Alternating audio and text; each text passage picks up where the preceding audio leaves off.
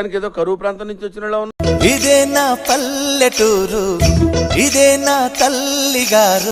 అయ్యో మొత్తం పంట అంతా నాశనం చేసి పరేసినాయి. ఎంతో కష్టపడి పంట పండిస్తే పంట ఏమే కానీ లేకుండా చేసినాయి ఈ ఎలకలు. దేవుడా ఎంత పని చేసినావయ్యా, పంట అసలు నాశనం చేసి పరేసినాయి ఈ ఎలకలు. చేతికొచ్చిన పంటని మొత్తం నాశనం చేసి పరేసినాయి. పంట బాగా పండింది అనుకుంటే ఎలకలు ఈ పంటని అంతా నాశనం చేసి పరేసినాయి. ఈ ఎలకల్ని ఏమో చెయ్యాలి నేను, లేకపోతే నా పంట అంతా నాశనం చేసి పరేస్తున్నాయి.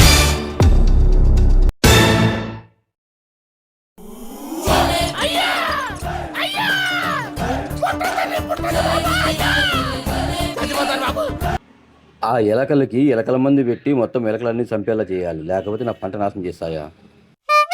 నా పంట అంతా నాశనం చేసి పెట్టినాయి 20 ఎలకలు. వీడేంటి అలా పనుకొని దొర్లుతున్నాడు? రే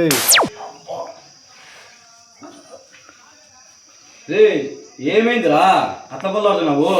అబ్బా మామా అడగడం లేదురా, కడుపు నొప్పిరా రే.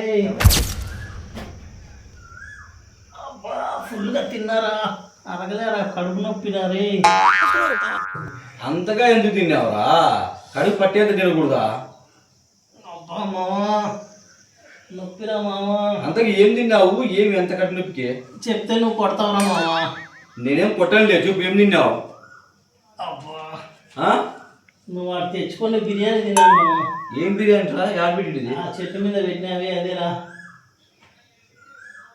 చెట్టు మీద బిర్యానీ? అవునరా. ఏ అది పొలంలోను ఎలకలు ఉన్నాయని చెప్పేసి ఎలకలు పెడదామని తెచ్చిన బిర్యానీ రా. ఆ బిర్యానీ తింటావా? అయిందా? బాగైందా? మామా ఎవరురా నువ్వు?